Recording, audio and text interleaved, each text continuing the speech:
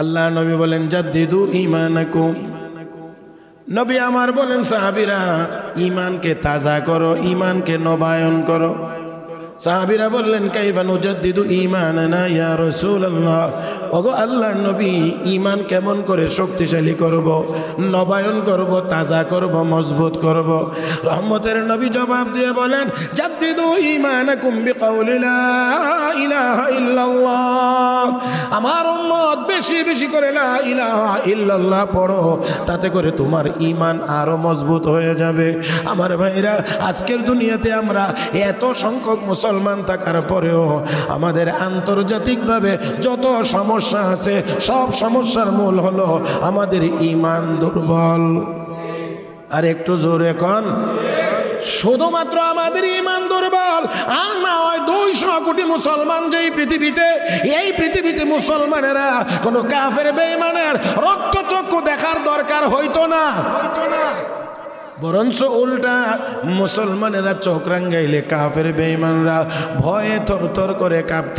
আমার বন্ধুরা, হযরত খালিদ বিন ওয়ালিদ রাদিয়াল্লাহু তাআলা আনহু রোম সম্রাটের প্রাসাদে গিয়ে ঢুকবেন, গেট এমন করে করা হয়েছে মাথাটা নিচু করে প্রবেশ করতে হয়।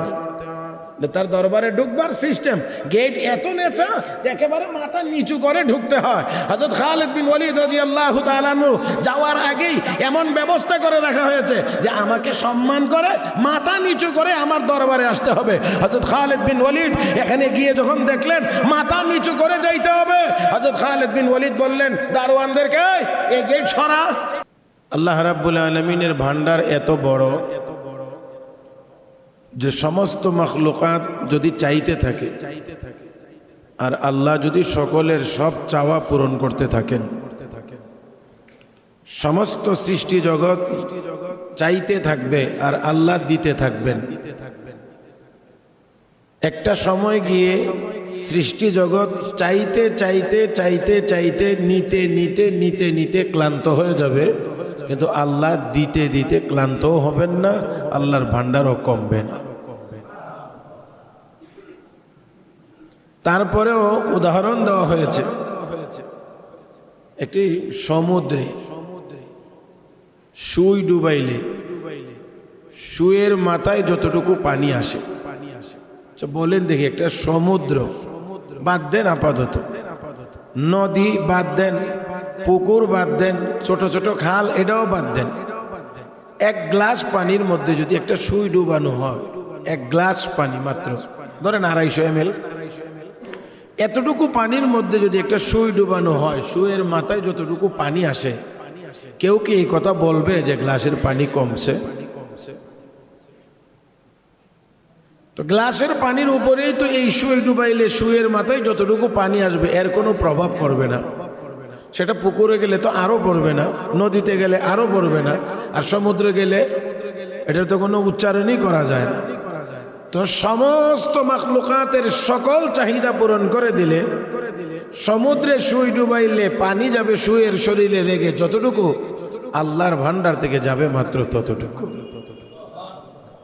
তার মানে এটা অতি ক্ষুদ্র, এতটাই নগণ্য যে এর দ্বারা আল্লাহর ভান্ডার থেকে কিছু কমছে এমনটা বলার কোনো সুযোগই। তো আল্লাহর ভান্ডার এত বড়, এজন্যে আল্লাহ রাব্বুল আলামিন আমাকে আপনাকে দিয়েছেন নিয়ামত। দেখেন আল্লাহর একটি নাম হলো রহমান। রহমানের দয়া এত বিস্তৃত, এত বেশি যে আমরা অস্তিত্বে আসার আগে থেকেই আল্লাহর দয়া আমাদের উপরে শুরু হয়েছে। বলে কিভাবে? যে আল্লাহ রাব্বুল আলামিন আমাকে আপনাকে মানুষ বানাইবেন বলে যে আল্লাহ সিদ্ধান্ত নিয়েছেন, এটাই আমরা অস্তিত্বে আসার আগে আল্লাহর এক বড় দয়া। কারণ আল্লাহ চাইলে আমাকে আপনাকে যদি কুকুর বানাইতেন, কি করার ছিল আমার আপনার? কিছুই তো করার ছিল না। সাইয়েদনা হযরত নূহ আলাইহিস সালাতু ওয়াস সালাম বাজারি একটা কুকুর চামড়া টামড়া চলে আসে, দেখতে বেশি সুন্দর না, বিশ্রী। এখানে ফাঁকে একটা ছোট্ট কথা বলতে হয়। দেখেন সাধারণত বাজারে অনেক কিছু খাবারের উপযোগী, কুকুরের বিড়ালের খাবার অনেক কিছু পাওয়া যায়, কিন্তু এত উন্মুক্ত থাকার পরেও, এত খাবার খাওয়ার পরেও দেখা যায় এদের শরীর স্বাস্থ্য বেশি সুবিধার থাকে না, চামড়া টামড়া বেশি ভালো থাকে না। কিন্তু যেই কুকুরটা একজন মালিকের বাড়িতে থাকে, ওই বাড়ির সামান্য ভাতের মার বা সামান্য খাবার যতটুকুই পায়, দেখা যায় এতটুকু খাওয়ার পরেও তার শরীর স্বাস্থ্য হৃষ্ট পুষ্ট থাকে, চামড়া টামড়া দেখতে বড় ভালো দেখা যায়, সুন্দর দেখা যায়। তাহলে বোঝা গেল যেখানে সেখানে যেখানে মনে চায় সেখানে মুখ দিতে পারলে, যখন যা মনে চায় তা খাইতে পারলেই কেউ ভালো থাকতে পারে না। ভালো থাকতে পারে তখন মালিকের হুকুম মোতাবেক চলতে পারে যখন। কিন্তু আমাদের দৃষ্টিভঙ্গির পরিবর্তন হয়ে গিয়েছে, যার কারণে অনেক আছে শান্তি নাই। যদি অন্য শব্দে বলি তা আরো একটু বড় করে বলতে পারি, আমাদের সব আছে শুধু শান্তি নাই। বাড়ি আছে, গাড়ি আছে, টাকা আছে, পয়সা আছে, খাদ্য আছে, সব আছে, কিন্তু শান্তি, কারণ শান্তির পথেই তো আমরা নেই। আল্লাহ রাব্বুল আলামিন ঘোষণা করেছেন, من عمل صالحا من ذكر أو أنثى وهو مؤمن فلنحيينه حياة طيبة ولنجزينهم أجرهم بأحسن ما كانوا يعملون। আল্লাহ রাব্বুল আলামিন বলেন, পুরুষ হোক আর মহিলা হোক, ইমানদার হওয়ার পাশাপাশি যদি নেককার হতে পারে, রব্বে করিম বলেন আমি আল্লাহ অবশ্যই অবশ্যই তাকে পবিত্র জীবন তথা শান্তিময় জীবন দান করব। কারণ জীবন যতক্ষণ পবিত্র না হবে ততক্ষণ শান্তিময় হইতে পারে না। অপবিত্র জীবন কখনোই শান্তির হয় না, অপবিত্র জীবন শান্তির হতেও পারে না। রব্বে করিম বলেন, ইন্নাল্লাহা ইউহিব্বুত তাওয়াবিন ওয়া ইউহিব্বুল মুতাতাহহিরিন। যারা বেশি বেশি তওবা করে তারা গুনাহ থেকে পবিত্র, আর যারা ওযু করে গোসল করে তারা শারীরিক অন্যান্য নাপাক থেকে পবিত্র। অধিক পরিমাণ তওবা যারা করে গুনাহ থেকে পবিত্রতার মাধ্যমে তারা আল্লাহর প্রিয় হয়, আর শারীরিকভাবে যারা নাপাক হয় ওযু গোসলের মাধ্যমে তারা পবিত্র হলে আল্লাহ তাদেরকেও বেশি মহব্বত করেন, পছন্দ করেন। তাহলে শান্তি পেতে হলে অবশ্যই শান্তির পথে চলতে হবে। শান্তির পথ কোনটা এটাও নির্ণয় করাটা বর্তমান সময় আমাদের জন্য অনেক কঠিন হয়ে যাচ্ছে, যে আসলে শান্তির পথ কোনটা। প্যারে হাজরিন, সহজ সরল কথা হলো ঈমান আর নেক আমলের পথই হলো কেবলমাত্র শান্তির পথ, এর বাহিরে আর শান্তির কোনো পথ নেই। এই জন্য আল্লাহ রাব্বুল আলামিন আমাকে আপনাকে সূরাতুল ফাতিহা, এই সূরাতুল ফাতিহার অনেকগুলো নাম আছে, এর মধ্যে একটা নাম হলো তালিমুল মাসআলা। তালিমুল মাসআলা মানে চাইবার পদ্ধতি শিক্ষা দিয়েছেন আল্লাহ এই সূরার ভিতরে। কিভাবে আল্লাহর কাছে চাইতে হবে এই চাওয়ার পদ্ধতি আল্লাহ শিক্ষা দিয়েছেন এই সূরার ভিতরে। আলহামদুলিল্লাহি রাব্বিল আলামিন আর রহমানির রহিম মালিকি ইয়াউমিদ্দিন ইয়্যাকা না'বুদু ওয়া ইয়্যাকা নাস্তাঈন। সকল প্রশংসা আল্লাহর জন্য, যিনি সারা পৃথিবীর পালনেওয়ালা, যিনি অসীম দয়ালু, অত্যন্ত মেহেরবান, যিনি কিয়ামত দিবসের মালিক। ততটুকু পর্যন্ত আল্লাহর গুণগান, আল্লাহর প্রশংসা, আল্লাহর বড়ত্বের কথা। তারপরে আমরা কি করি? ইয়্যাকা না'বুদু ওয়া ইয়্যাকা নাস্তাঈন। হে আল্লাহ, তোমারই কাছে সাহায্য, তোমারই ইবাদত করি এবং তোমারই কাছে সাহায্য চাই। তার মানে আমরা আর কাহারও না, একমাত্র তোমার গোলামিও করি, তোমার সাহায্যও চাই তোমার কাছে। এই বিবরণ দেওয়ার পরে এবার আল্লাহ আমাকে আপনাকে শিখাইয়া দেন কি চাইতে হবে। চাওয়ার পদ্ধতি শিখাইছেন আগে। কারো কাছে কোনো কিছু চাইতে হলে আগে তার কিছু গুণগান গাওয়া লাগে, কিছু প্রশংসা করা লাগে। নেতার কাছেও কোনো কিছু চাইতে হলে, নেতা আপনি অমুক, আপনি তমুক, আপনি এই, আপনি সেই, আপনার দ্বারা এই উন্নতি হয়েছে, এই উন্নয়ন হয়েছে, এই উন্নয়ন হচ্ছে, সব বলার পরে এবার আমাদের ব্রিজের প্রয়োজন। হ্যাঁ, তাহলে সূরা ফাতিহার ভিতরে আল্লাহ রাব্বুল আলামিন শিক্ষা দিয়েছেন কিভাবে চাইতে হবে। এজন্য সকল প্রশংসা আল্লাহ, যিনি সমস্ত সৃষ্টি জগতের পালনেওয়ালা, যিনি অত্যন্ত দয়ালু মেহেরবান, যিনি কিয়ামত দিবসের মালিক। আমরা তোমারই গোলামি করি, তোমারই কাছে সাহায্য চাই। তারপরে রব আমাকে আপনাকে শিক্ষা দিয়েছেন চাইবা কি। তাহলে এই জায়গাটা আমাদেরকে ঠিক করতে হবে যে আসলে চাইবার জিনিস কোনটা, আর আমরা এখন কোনটা চাচ্ছি আর কোন দিকে দৌড়াইতে আছি। আল্লাহ আমাকে আপনাকে কি শিক্ষা দিয়েছেন? সূরাতুল ফাতিহার ভিতরে এই চাওয়াটাই হলো, এই পুরা সূরার কেন্দ্রীয় আয়াতটাই হলো ইহদিনাস সিরাতাল মুস্তাকিম। হে আল্লাহ, আমাকে আপনাকে আমাদেরকে তুমি দয়া করে সহজ সরল পথ দেখাও। চাওয়ার জিনিসটা হলো ইহদিনাস সিরাতাল মুস্তাকিম, আল্লাহ সোজা পথ আমাদেরকে দেখায় দাও। সোজা পথ বলতে সোজা পথের সোজা ব্যাখ্যা হলো যেই পথের এক মাথা হলো দুনিয়ায়, আরেক মাথা হলো জান্নাতে। সুবহানাল্লাহ বলবেন না? মানে যেই পথ ধরে আপনি দুনিয়াতে চলতে থাকলে মরলে আপনি কোথায় যাবেন? জান্নাতে। তাহলে এক পথ একটা মাথা হলো, এক সাইড হলো দুনিয়াতে, এই পথের আরেক প্রান্ত হলো জান্নাতে।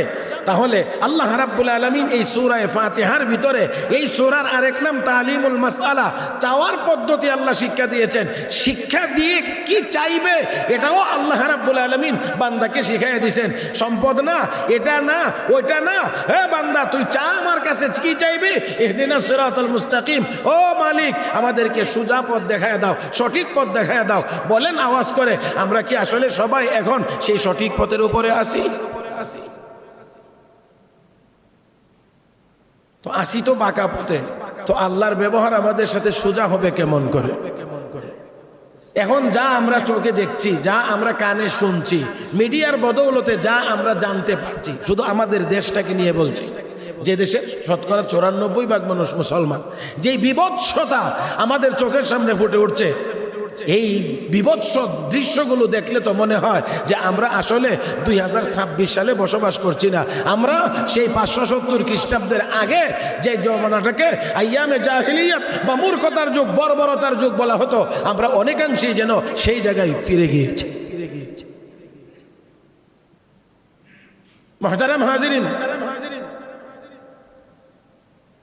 আল্লাহ আমাদের সবাইকে সঠিক সহজ সরল পথ, যেই পথে চললে আমরা জান্নাতে যাইতে পারবো, আল্লাহ যেন আমাদেরকে সেই পথ দেখায় দেন। জোরে বলি আমিন।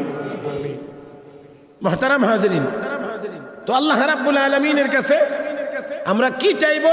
সঠিক পথ যেন আল্লাহ আমাকে আপনাকে দেখায় দেন। আমার মনে হয় এমনিতেও শুধু নামাজ না, নামাজ ছাড়াও এই দোয়া এখন বেশি বেশি করে করার দরকার। কারণ আমরা অনেকটাই যেন বাঁকা পথে চলছি, অন্য পথে চলছি। যেই পথে চললে দুনিয়াতেও শান্তি পাওয়া যাবে সেই পথে নাই, যেই পথে চললে মরার পরে জান্নাত পাওয়া যাবে সেই পথে আসলে আমরা নাই। যার কারণে দিন যতই যাচ্ছে আমাদের অবস্থার ততই উন্নতি হচ্ছে। হ্যাঁ, কি হচ্ছে? আমি একটু ভিন্নভাবে বলছিলাম আর কি। ওই এক রোগীর অবস্থা একটু বেশি খারাপ, মানে তার পেটে সমস্যা। তো আরেকজন জিজ্ঞেস করে রোগীর অবস্থা কি? উন্নতি হয়েছে। তো কেমন উন্নতি হয়েছে? আগে তো টয়লেটে গিয়ে করতে পারতো, এখন বিছানাতেই করে। তো উন্নতিটা এটাও একরকমের উন্নতি হয়েছে, কারণ আগে যাইতে পারতো অন্তত ওয়াশরুমে, এখন আর যাওয়া লাগে না। তো মোটামুটি এই দিক থেকে তো উন্নতি হয়েছে। তো আমি আপনাদের খেদমতে যে কথাটা বলতে চাই তা হলো এই, অপরাধ একটা সময়ে ছিল, গুনার কাজ ছিল, কিন্তু তারপরেও একটা পর্যায়ে ছিল উপযুক্ত মানুষ গুনার কাজ করত। এখন তো অনুপযুক্ত মানুষের সাথে গুনার কাজ শুরু হয়েছে। প্যারে হাজরিন, বর্বরতা আর কাকে বলে? যেখানে 2, 4, 5 বছর, 7 বছর, 3 বছর, 2 বছর এই রকম বয়সের, যেখানে বাচ্চারাও নিরাপদ না, এমনকি মায়ের কোলের শিশু মার কাছেও তো নিরাপদ না। নাকি এমন ঘটনা নাই? মায়ের কোলের শিশু, আপন মা, যেই মা জন্ম দিয়েছে, পেটে ধারণ করেছে, সেই সন্তানটা মার কাছে নিরাপদ না। যেই সন্তান বাবা জন্ম দিয়েছে সেই সন্তানটা বাবার কাছেও নিরাপদ না। অহরহ এমন আজে বাজে ঘটনা ঘটছে। প্যারে হাজরিন, তো মক্কার মানুষ ওই সময়ে কি করত? কন্যা সন্তান জন্ম নিলে নিরপরাধ এই মাসুম বাচ্চাটাকে নিয়ে মাটির নিচে গেড়ে দিত, জীবিত দাফন করে দিত। এই জন্য তারা বর্বর ছিল। মাফ করে দিবেন। আসলে এই শব্দগুলো মুখে উচ্চারণ করার মতো না, তারপরেও বলতে হচ্ছে। বাবা মারা গেলে সৎ মা যদি হইতো, মাকে তারা পৈতৃক সম্পত্তি বলে দখল করত। আমি আশা করি দূরত্ব বজায় রেখে বলার চেষ্টা করব, আপনারা বুঝে নিতে হবে। মাফ করে দিবেন। আজকে সৎ মাকে তারা উত্তরাধিকার সূত্রে ভোগ করত, দখল করে নিত। আর বর্তমান সময়ে আমরা যদি তাকাই, তাহলে এমন অন্যায় অপরাধও আমাদের কানে আসে যে এই জাতীয় অন্যায় অপরাধ এখনো হওয়া শুরু হয়েছে। মুহতারাম হাজিরিন, এটা বলাও যায় না, বলতে গেলেও লজ্জা লাগে। তো যেই মানুষগুলো যেই কাজগুলো করে তারা বর্বর, সেই কাজগুলো তো আমাদের মধ্যে এখন অহরহ করতে আছে। অথচ দাবি করি কি আমরা? কথা যখন বলি তখন আমরা বলি কি সভ্য সমাজে এমনটা আশা করা যায় না। তো যেই সমাজে এমন অসভ্য কাজ হয়, এটা আর সভ্য থাকে কেমন করে? চুরি করে ধরা পড়ছে। এখন যদি কন আমনে যে তোমার মতো একজন ভদ্র মানুষের দ্বারা এমন কাজটা আমরা আশা চুরি করে ধরা পড়ছে, আর একজনে গিয়ে তোমার মতো এমন একজন ভদ্র ফ্যামিলির সন্তান, একজন ভদ্র মানুষকে দিয়ে আমরা এমনটা আশা করি না। আমার মনে হয় আপনার কথাটাই সবচেয়ে বড় অভদ্র হয়ে গেছে। এই কথাটাই অভদ্র। চুরি করছে তো চোর, যেই ফ্যামিলিরই হোক, যে যত বড়ই হোক না কেন, চুরি করছে তো চোর, ডাকাতি করছে তো ডাকাত। সে আর সভ্য থাকতে পারে না। যেই সমাজের ভিতরে 4 বছর 2 বছর 6 বছরের শিশু নির্যাতিত হয়, বিভৎস কায়দায় তাকে হত্যা করা হয়, সেই সমাজকে আর সভ্য সমাজ বলার কোনো সুযোগ থাকে না। প্যারে হাজরিন, কথা বলার সময় আমরা এমন সুন্দর করেই বলি, আমাদের সভ্য দেশে, আমাদের সভ্য সমাজে সভ্যতা রইল কোথায়? বিশ্বনবী রাহমাতুল্লিল আলামিন নবী মুহাম্মদুর রাসূলুল্লাহ সাল্লাল্লাহু আলাইহি ওয়াসাল্লাম দুনিয়াতে আসার আগে আরবে তো এমনই ছিল, মেয়েদেরকে বিভৎস কায়দায় তারা হত্যা করত। নিরীহ এই মাসুম বাচ্চাদেরকে নির্দয়ভাবে তারা মাটি খনন করে জীবিত অবস্থায় দাফন করে দিত। এজন্য রাসূলের সাহাবী একজন কালেমা পড়ে মুসলমান হওয়ার পরে অজোরে কান্না। কারণ ইমানের নূর যখন জ্বলে, আলো যখন জ্বলে, অন্ধকার দূর হয়। কিন্তু কি অন্ধকারের মধ্যে উনি ছিলেন, এটা তো উনি কিছুটা অনুভব করতে পারছেন যে আমি আগে ছিলাম কোথায় আর এখন আসলাম কোথায়। একটা ঘরের ভিতরে একটা লাইটও জ্বলে না রাতের বেলা, আপনি দরজা খুলে ঢুকলেন, কেমন লাগে? হ্যাঁ, একেবারে অন্ধকার। ছোট্ট থেকে ছোট্ট একটা বাতিও যদি জ্বালান, তারপরেও তো দেখবেন যে এই অন্ধকারটা আর নাই। তখন মনে হবে আরে এতক্ষণ আমি কোথায় দাঁড়িয়েছিলাম আর এখন আমি কোথায় আসলাম। দেখেন আমার ঘরে একটা ফ্রিজের মধ্যে একটা সিগন্যাল আছে। এই যে সিগন্যাল, ছোট্ট একটা লক, শুধু মানে একটা তালার একটা নমুনা, এটা জ্বলে থাকে। এতে করে দেখা যায় রুমের সব লাইট যখন অফ হয়ে যায়, শুধুমাত্র এই যে লকটা, এটা যে সাদা একটু জ্বলতেছে, এটার কারণেও মোটামুটি ভাবে রুমটা কিছু না কিছু একটু আলোকিত হয়ে থাকে। তো দেখেন, আর নবীর সাহাবী কালেমা পড়ে একেবারে ঘুটঘুটে অন্ধকার থেকে পুরা আলোকিত জীবনে এসে পৌঁছেছে, কিন্তু সেই অতীতের কথা মনে পড়েছে, কান্না শুরু হয়েছে। এমন কান্না আমার ভাইয়েরা অনুভব করতে পারলে, অনুধাবন করতে পারলে তখন কান্না আসবে। আপনাকে যদি কেউ চিমটি কাটে, আপনার যদি অনুভূতি শক্তি থাকে, তাহলে আপনি ব্যথা অনুভব করবেন, আপনার মুখ দিয়ে একটু শব্দ বের হবে। আর যদি প্যারালাইসিস হয়ে থাকে, যে অঙ্গটা প্যারালাইজড, সেই অঙ্গের ভিতরে চিমটি না আরো কোনো কিছু দিলেও আপনার সেই অনুভূতি আসবে না, জাগবে না। প্যারে হাজিরিন, তো আমাদের অনেকেই আমরা ইমান আর আমলের দিক থেকে প্যারালাইজড হয়ে গিয়েছি, যার কারণে কোনো কিছু আমাদের অনুভূতিতে লাগে না। সাহাবায়ে কেরামেরও ইমান আনার আগ পর্যন্ত ওই প্যারালাইজ জীবন ছিল, যার কারণে তাদেরও এই অনুভূতি জাগ্রত হতো না। যখন কালেমার দাওয়াত গ্রহণ করেছে, লা ইলাহা ইল্লাল্লাহ মুহাম্মাদুর রাসূলুল্লাহ, তখন টের পাইছে হায় হায় আমি কত অন্ধকারে ছিলাম আর এখন কি পরিমাণ আলোর মধ্যে চলে আসলাম। কিন্তু সেই অন্ধকারের অনুভূতিটা যে কি অন্ধকার, কান্না শুরু করলেন, এমন কান্না। সাহাবী বলেন, নবী বলেন, সাহাবী এমন করে কেন কাঁদছো? ইয়া রাসূলুল্লাহ, আমার পাপের পরিমাণ অনেক বেশি। আল্লাহ কি আমার এই সব গুনাহ মাফ করে দিবেন? আল্লাহ নবী তখন বললেন, সাহাবী, ইন্নাল ইসলাম ইয়াহদিমু মা কানা ক্বাবলা। অনুবাদ করার আগে একটু মহব্বতের আওয়াজে বলেন আল্লাহু আকবার। ইন্নাল ইসলাম ইয়াহদিমু মা কানা ক্বাবলা। সাহাবী, কুফরি জীবনে যত গুনাই তুমি করে থাকো না কেন, ঈমান আর ইসলাম এমন এক শক্তিশালী পাওয়ারফুল জিনিসের নাম, এই কালেমা গ্রহণ করা মাত্রই তোমার কুফরি জীবনের সব গুনাহ ধ্বংস হয়ে গিয়েছে, সব আল্লাহ মাফ করে দিয়েছে। তাহলে কালেমার পাওয়ার, আস্তে গন্ধি, কালেমার পাওয়ার দেখেন।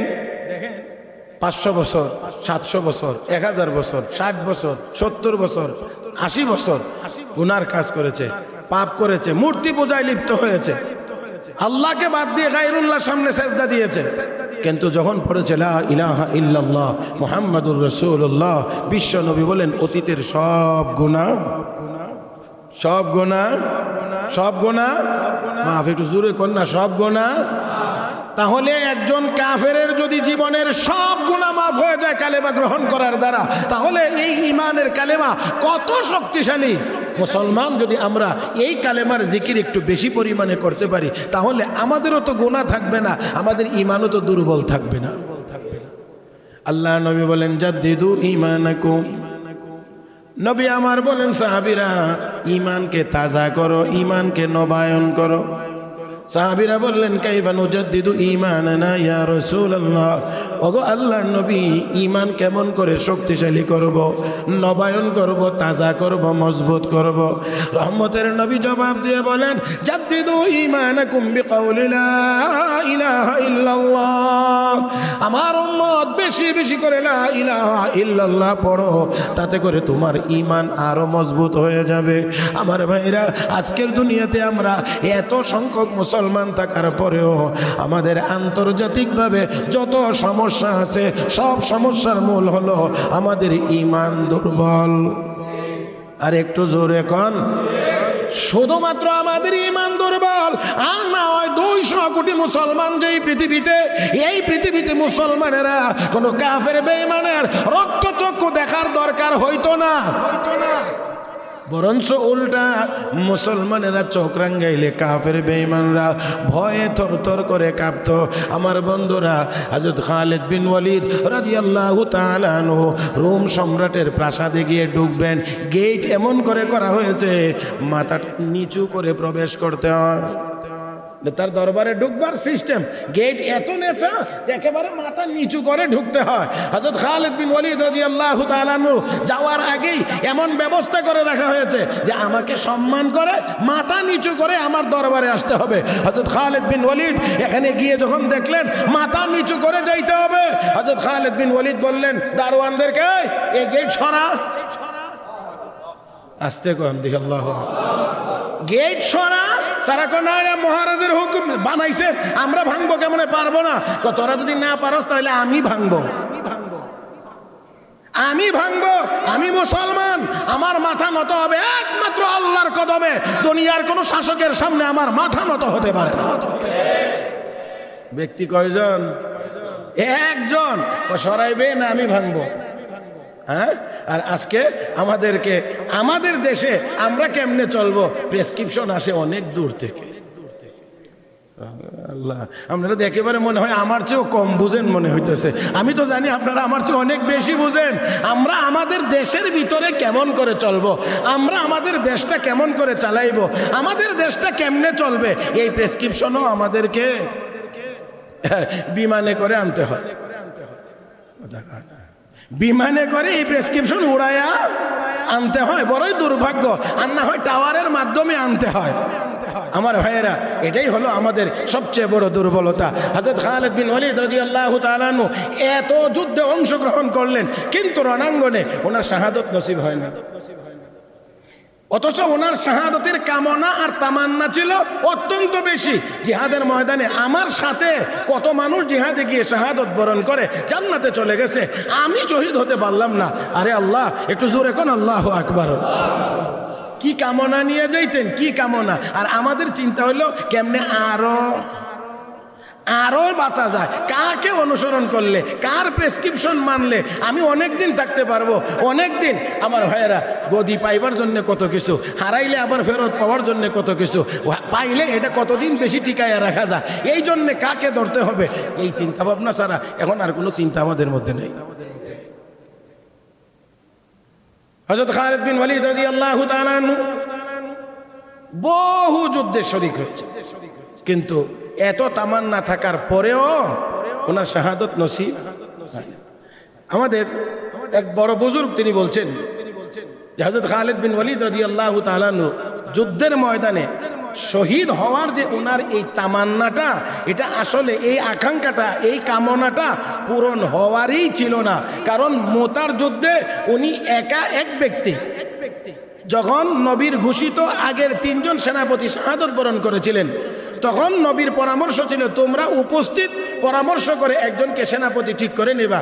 ওই উপস্থিত সেনাপতি ঠিক করা হয়েছিল হযরত খালিদ বিন ওয়ালিদ রাদিয়াল্লাহু তাআলা আনহুকে। উনি ইসলামের পতাকা এক হাতে নিলেন, আরেক হাতে তরবারি নিলেন, আরেকজন লোক নিয়োগ দিয়ে রাখলেন যে তোমার তরবারি চালাইতে হবে না, চালাইবো আমি, তরবারি ভেঙে গেলে তুমি শুধু সাপ্লাই দিবে। আমার হাতেরটা ভেঙে গেলে যেন আরেকটা তোমার হাতে আমি প্রস্তুত পাই, এই জন্যে তাকে রেডি রাখছেন। এই করে হযরত খালিদ বিন ওয়ালিদ 8টা তরবারি ভাঙছে। আল্লাহু আকবার, আরেকটু জোরে বলা যায় না? 8টা তরবারি ভাঙ্গার পরেও এক কদম পিছনের দিকে যায় না, সামনের দিকে যায়। 3000 মাত্র, এর ভিতরেও কয়েকজন শহীদ হয়ে গেছেন। এই 3000-এর চেয়ে কয়েকজন কম ব্যক্তি হযরত খালিদ বিন ওয়ালিদের নেতৃত্বে যখন এইভাবে চলতে শুরু করেছে, 1 লাখের বাহিনী ময়দান ছেড়ে পলায়ন করতে আরম্ভ করেছে। কয়জন আর কয়জন? একদিকে 1 লাখ, আরেকদিকে মাত্র 3000। বর্তমান দুনিয়ার কোন সামরিক বিশেষজ্ঞকে যদি বিশ্লেষণের জন্য বলা হয়, অথবা তাকে যদি বলা হয় যে একদিকে সৈন্য সংখ্যা হবে 3000 আর একদিকে হবে 1 লাখ, যুদ্ধটা হবে সামনাসামনি, অন্য কোনো পদ্ধতি না। কারণ ওই যুদ্ধ ছিল মুখোমুখি যুদ্ধ। মুখোমুখি যুদ্ধ হবে, একদিকে 1 লাখ আর একদিকে মাত্র 3000।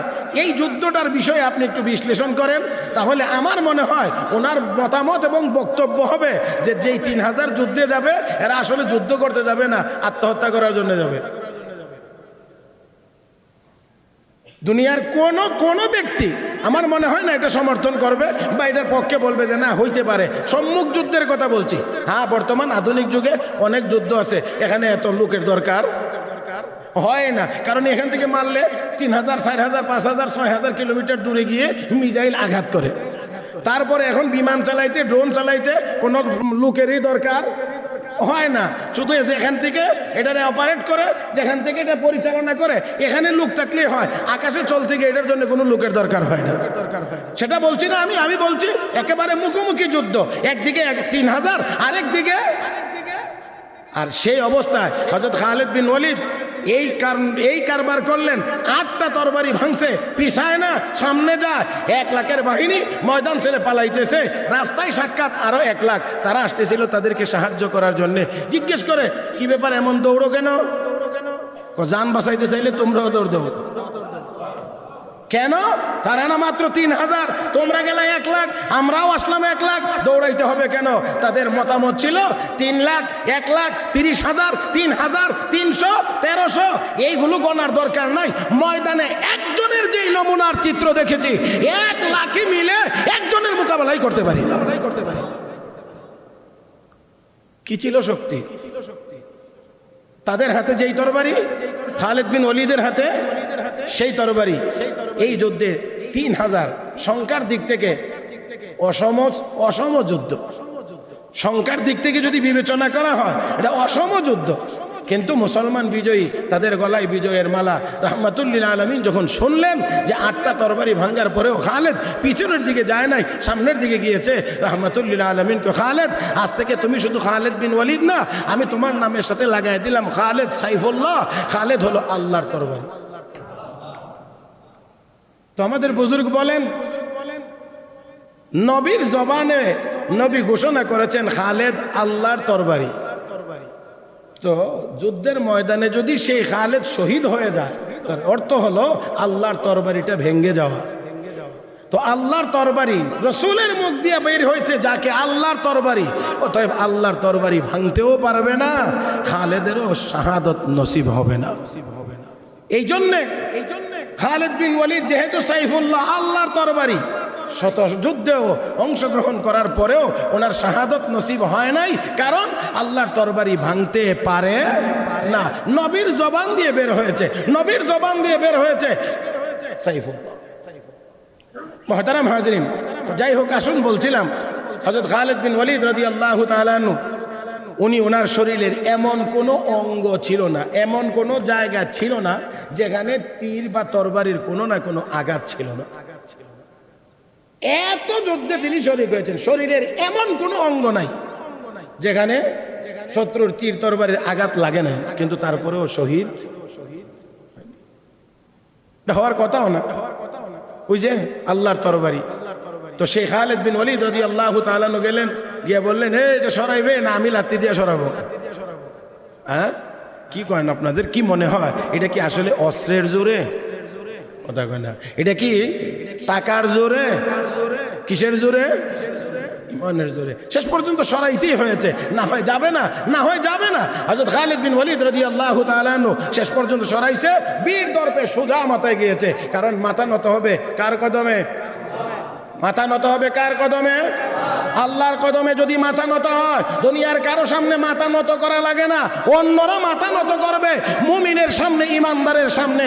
আজকে আমরা আল্লাহর কদমে মাথা নত করি না, এই জন্য কাউকে আমেরিকার সামনে মাথা নত করতে হয়, কাউকে নরেন্দ্র মোদির কাছে মাথা নত করতে হয়, কাউকে চায়নার কাছে মাথা নত করতে হয়।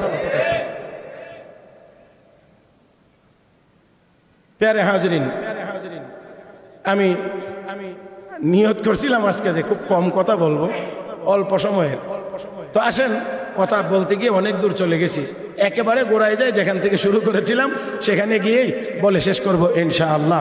আল্লাহ রাব্বুল আলামিন বলেন, বান্দা নিয়ামত পাইয়া যদি শুকরিয়া আদায় করো, আমি নিয়ামতের পরিমাণ কমায়া দেব।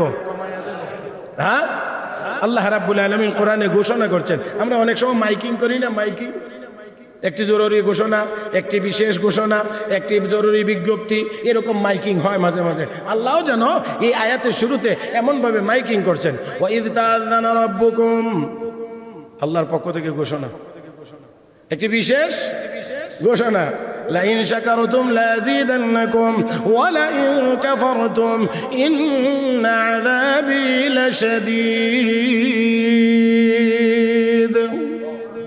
আল্লাহ রাব্বুল আলামিন বলেন, যদি তোমরা আমার নিয়ামত পাইয়া শুকরিয়া আদায় করো, লাইন শাকারতুম, তাহলে আমি আল্লাহর ওয়াদা হলো লা আযীদান্নাকুম, অবশ্যই আমি আল্লাহ তোমাকে নিয়ামত আরো বাড়াইয়া দেব। কথা শুরু করেছিলাম এখান থেকে যে আল্লাহ যদি বাড়াইয়া দেন আর দিতে থাকেন, তাহলে আল্লাহর ভান্ডার থেকে মোটেও কমবে না, মোটেও কমবে না। হাজী সাহেব আসছেন হজ থেকে, আল্লাহ পাক এই হজকে হজ্জে মাবরুর হিসেবে কবুল করুন। আল্লাহ যেন এই হাজীদের বরকতে আমাদেরকেও বারবার হজ উমরা নসিব করেন। প্যারে হাজরিন, এইবারের হজে কত হাজী জানি না, তবে মোটামুটি আনুমানিক অতীতের সাথে মিল রেখে আমি বলতে পারি অন্তত 30-35 লাখ হাজী তো অবশ্যই হওয়ার কথা আরাফার দিনে। সবাই একটি নির্দিষ্ট জায়গায়, এই মানুষগুলো একটা টাইম, সূর্যটা মাথার উপর থেকে যখন একটু পশ্চিম দিকে যায়, এক কথায় জোহরের ওয়াক্তটা মাত্র যখন শুরু, তখন ওকুফে আরাফাত শুরু হয় সূর্য ডুবা পর্যন্ত।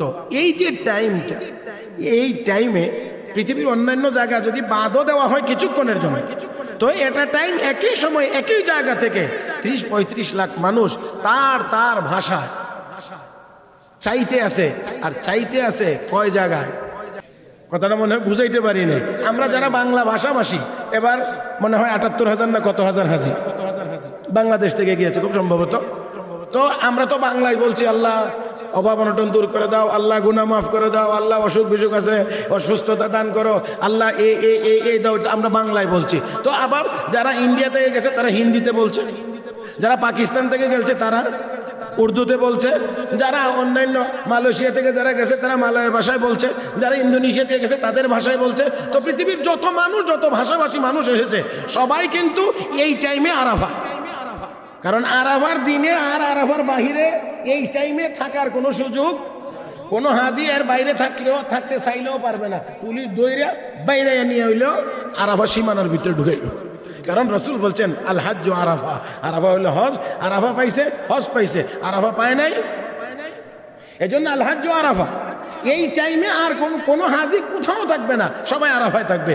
তো এইখানে 30-35 লাখ মানুষ বা যতটুকুই হোক, কম হোক বেশি হোক, এই লক্ষ লক্ষ মানুষ সবাই যার যার ভাষায় শুধু যার যার যা কিছু প্রয়োজন তা চাইতে আছে, যে এই ভাষাই চাইতে আছে, যে কোনো শব্দেই চাইতে আছে। তো কয় জায়গায় চাইতে আছে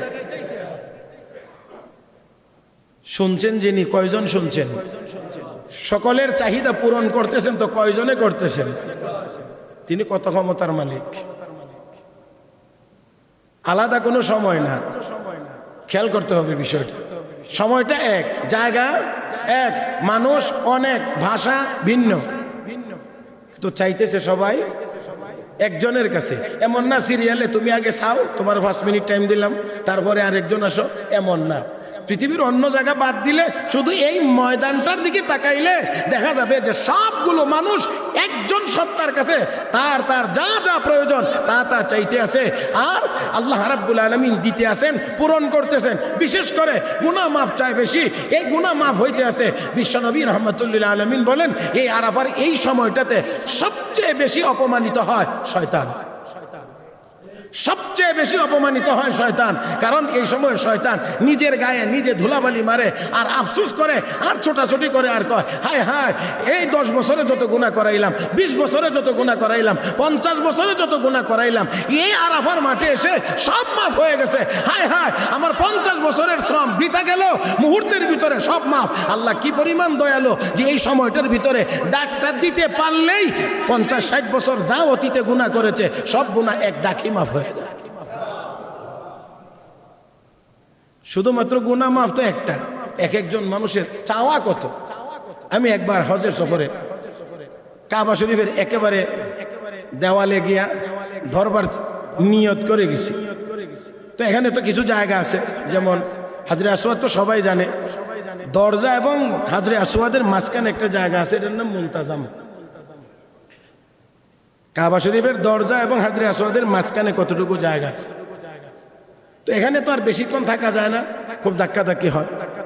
তো এখানে হাজী সাহেবরা গেলে সাধারণত চেষ্টা করে নিজের সিনাটাকে কাবার দেওয়ালে লাগানোর জন্য।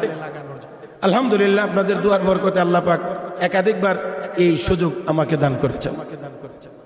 তো একবার এর পরে, দরজার পরে যেই জায়গাটা, এখানে সাধারণত অনেক হাজী সাহেবরাই কাবা করে এভাবে 2 হাত দিয়ে ধরে তার মনের আকতি যা আছে আল্লাহর দরবারে পেশ করে। এখানে আমি গিয়ে একবার দেখলাম এক মহিলা, মেয়ে, বয়স খুব বেশি না, মোটামুটি ভাবে যথেষ্ট পরিমাণেই পর্দানিসীন, বোরকা টোরকা পরা, এহরাম হয়তো ছিল না, বা একেবারে সুন্দরভাবে আয় কাবা করে ধরে। আমি তার পাশে, যেহেতু সে এখানে ধরা, এখানে দিতে যাইতে পারি না, আমি পাশে দিয়ে গেছি। কিন্তু দেখলাম যে আল্লাহর বান্দির কি পরিমাণ কান্না আর কি পরিমাণ তার বলা। আমি যতটুকু বুঝতে পেরেছি, মহিলাটি পাকিস্তানি হবে, উর্দুতে বলতেছে, কিন্তু তার দোয়ার কারণে একটা পর্যায়ে এমন হয়েছে যে আমি আর কিছু বলতে পারতেছিলাম। এমন একটা অবস্থা, মানে এমন আল্লাহর কাছে এমন ভাবে তার চাওয়া। চিন্তা করলাম যে আল্লাহ, কিছু তো পড়ছি, তুমি দয়া করে পড়াইছো কিছু কিতাবাদি, কিন্তু তারপরেও তো মনে হয় তোমার বান্দির যেই দোয়া করতে আছে, এই দোয়ার কাছে তার মনে হয় কোনো দোয়া আমার জীবনে করতে পারিনি।